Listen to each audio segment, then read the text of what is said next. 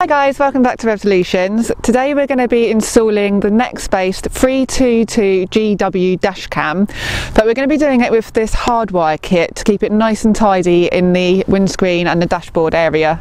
So when it comes to actually installing the fuses and the wiring to the car's fuse box, we've got the main wiring harness here. This goes to the actual camera.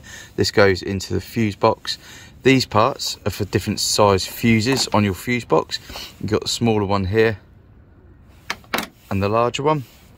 You've obviously got this one which sorts out any interference in the power cable from the car, so that just gets clipped on to any part of this. The instructions are all available, and then it comes with two fuses. Right, so once you've gained access to your fuse panel, I've tapped into number 5. So if you can see that, the fuses are covering number 6 and 7. You need to replace the original fuse from the fuse panel into the bottom holder. It's a 15 amp one, and then the 2 amp, which comes with the wiring kit, into the top holder. It's very important you get those two round the right way, otherwise they won't work. Now you also need to ground the other cable. I found a bolt just behind the glove box, so I've just unscrewed that, poked it in, and it is absolutely rock solid. It's going nowhere, which means that I've got a good connection. I've also checked this. Now I don't know if you can see a little blue flashing light. There we go. So a blue flash means the input is okay, so the car is supplying good power to the actual device. I have fired up the dash cam and it does work. It takes a little bit of time one-handed, but we're getting there.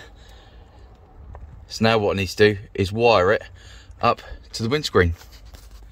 Now in order to do that, I'm just going to be going up through the body trim here. Right, so now I've actually plugged the dash cam into the cable. You can see the static light there, so that is saying that the whole system is working nicely.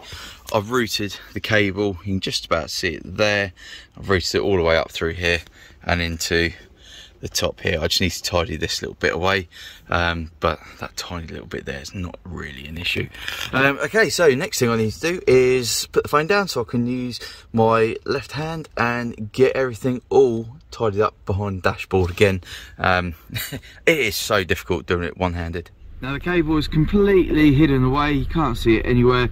It runs around the A-pillar along top of the windscreen, down into the dash cam, and as you can see, it's all set up, running lovely.